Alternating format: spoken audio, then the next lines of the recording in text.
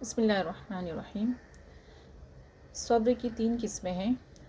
Number 1 الصبر فی طاعت اللہ، number 2 الصبر عما نہی اللہ، نمبر 3 الصبر فیما نزل من المصائب۔ تو پہلی قسم صبر کی ہے کہ اللہ کی اطاعت میں، اللہ کی فرما برداری میں صبر کرنا۔ جیسے کہ فجر کی نماز میں ہمیں نیند توڑ کر اٹھنا پڑتا ہے، حی علی الصلاۃ حی علی الفلاح، قد قامت الصلاۃ قد قامت الصلاۃ، اور نماز نیند سے بہتر ہے۔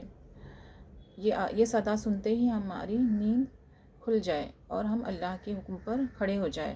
اسی طریقے سے صبح اٹھنے کے بعد وضو کرنا، سخت سردی ہے تو اس میں وضو کرنا اور ٹھٹرتے ہوئے نماز پڑھنا، تو یہ کیا ہے؟ اللہ کی اطاعت میں صبر ہے۔ جیسے قرآن پڑھنے کے لیے ہمیں بیٹھنا پڑتا ہے صبر کے ساتھ میں، دیر تک بیٹھنا پڑتا ہے، اور اسی طریقے سے صدقہ کرنے میں مال کی محبت کو ہمیں دل سے نکالنا ہوتا ہے۔ تو یہ بہت بہترین صبر ہے، اللہ تعالیٰ کو یہ صبر بہت پسند ہے۔ اور دوسری قسم ہے کہ اللہ تعالیٰ نے جن حرام کاموں سے ہمیں منع کیا ہے، جیسے کہ شراب کی کمائی، شراب میں کسی قسم کی بھی کمائی، اس کو لکھنا، بیچنا، فروخت کرنا، یہاں سے وہاں لے جانا، گواہی دینا، لکھت پڑھت، ساری چیزیں اس میں حرام ہو جاتی ہے۔ ایسے کمائی، کھانا، اس میں کام کرنا کسی بھی قسم کا، یہ حرام ہو جاتا ہے۔ اسی طریقے سے جوا کی کمائی بھی حرام ہے، اسی طریقے سے سود، انٹرسٹ کی کمائی بھی حرام ہے، کسی بھی قسم کی اس میں ہیلپ کرنا حرام ہے۔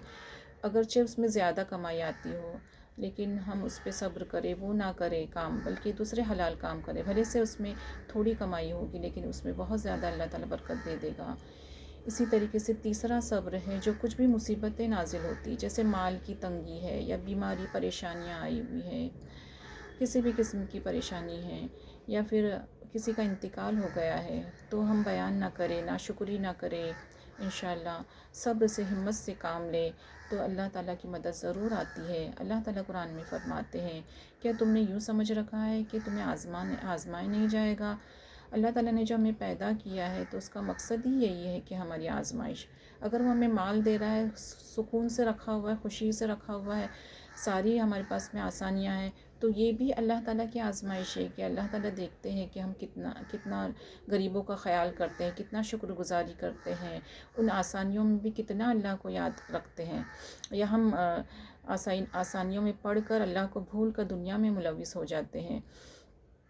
اسی طریقے سے اللہ تعالیٰ نے اگر تنگی بھی دی ہے تو بھی صبر کرنا ہے۔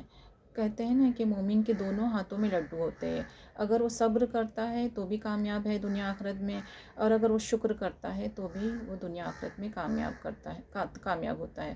اللہ تعالیٰ ہمارے لیے آسانیاں عطا کرے دونوں جہاں میں، ہمیں دوزخ کے عذاب سے بچائے، اور اللہ تعالیٰ ہر ایک کی دلی جائز تمنا کو پورا کرے۔